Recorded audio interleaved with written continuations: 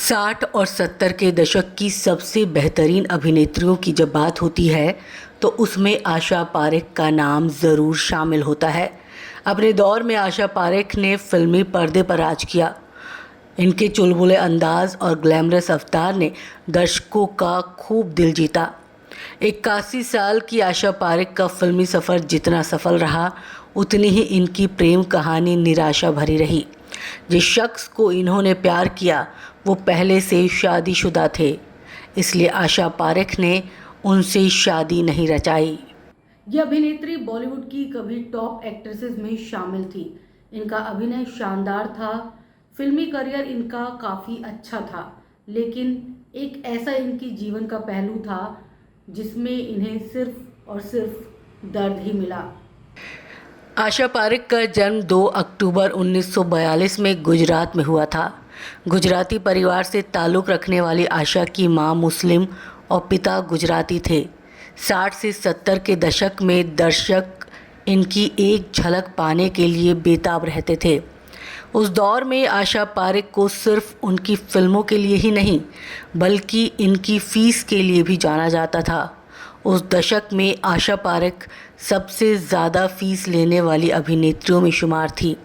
आशा पारेख ने कई अलग फिल्मों में काम करके अपनी एक अलग जगह बनाई थी।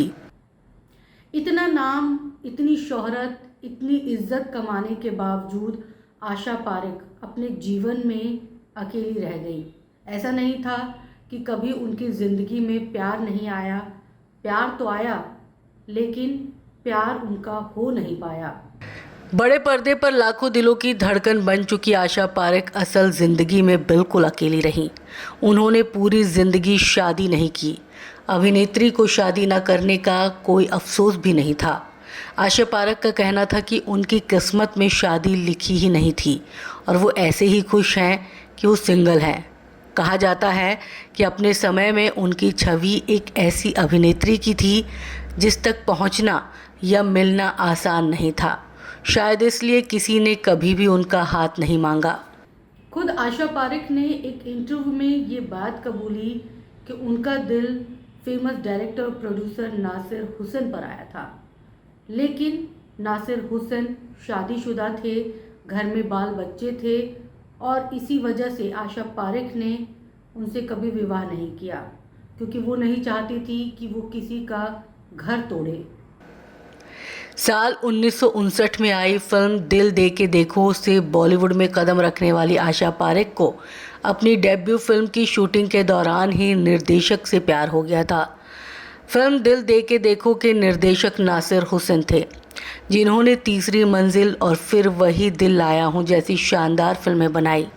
आमिर खान के अंकल और निर्देशक नासिर हुसैन की शानदार शख्सियत पर आशा पारेख अपना दिल हार बैठी थी और देखते ही देखते दोनों एक दूसरे के प्यार में डूब गए थे।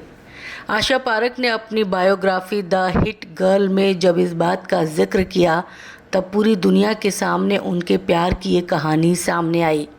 इस किताब की लॉन्चिंग के दौरान आशा पारेख ने इस बात को स्वीकारा था कि नासिर एकमात्र ऐसे इंसान थे जिनसे उन्होंने कभी प्यार किया था।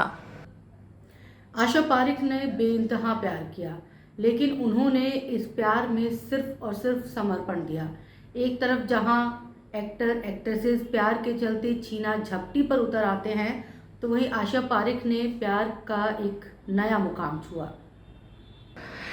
आशा पारेख ने उस दौर में करीब 95 से ज़्यादा फिल्मों में काम किया, जिसमें जब प्यार किसी से होता है, फिर वही दिल लाया हूँ, मेरे सनम, तीसरी मंजिल, बहारों के सपने, शिकार, प्यार का मौसम, कटी पतंग और कारवां जैसी शानदार फिल्मों के नाम शामिल हैं। सिनेमा में आशा पारेख के योगदान के लिए भारत सरकार ने इन्हें पद्मश्री से सम्मानित किया था। साथ ही साल 2020 में आशा पारेख को दादा साहब फाल्के पुरस्कार से भी सम्मानित किया गया।